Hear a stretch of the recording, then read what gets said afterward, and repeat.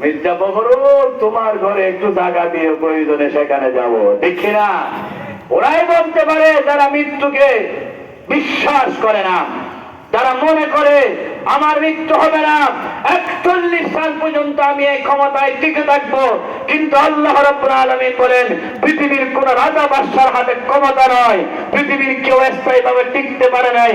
ক্ষমতা ছিল, আবার ক্ষমতা থেকে চলে যেতে হয়েছে, কারণ মৃত্যু যখন আসে যে কোনো মুহূর্তে তোমাকে অবশ্যই চলে যেতে হবে।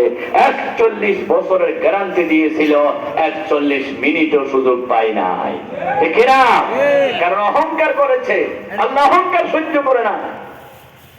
আল্লাহ আর ক্ষমতা হচ্ছে নমরুদ, ফেরাউন, হামান, সদ্দার দিয়া তোমরা বহুত বড় বড় ক্ষমতা দাও, বেগুনরা আয় মুহূর্তের মধ্যে ধ্বংস করে দিই। আল্লাহ তো মিনিট লাগে না, সেকেন্ড লাগে, কিছু না লাগে।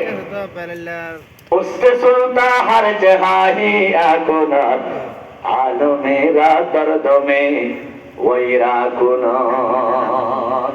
আল্লাহু আকবার। এক মুহূর্তের মধ্যে আল্লাহ পৃথিবী পুরো ধ্বংস করে দিচ্ছে। গত হালিয়া মাহফিল আসিলে এই জায়গা তুন সম্পর্কে 1000 মাইল দূরে মেপন মিটে সালে যেই বান্ধে বাংলাদেশের দক্ষিণ মাথার শেষ মাথা কক্সবাজার, উত্তর মাথার শেষ মাথা হইলে কি নীলফামারী, বগুড়া, সৈয়দপুর। হালিয়ান মাথা মাহফিল আসিলে বাংলাদেশের শেষ মাথা একবারে,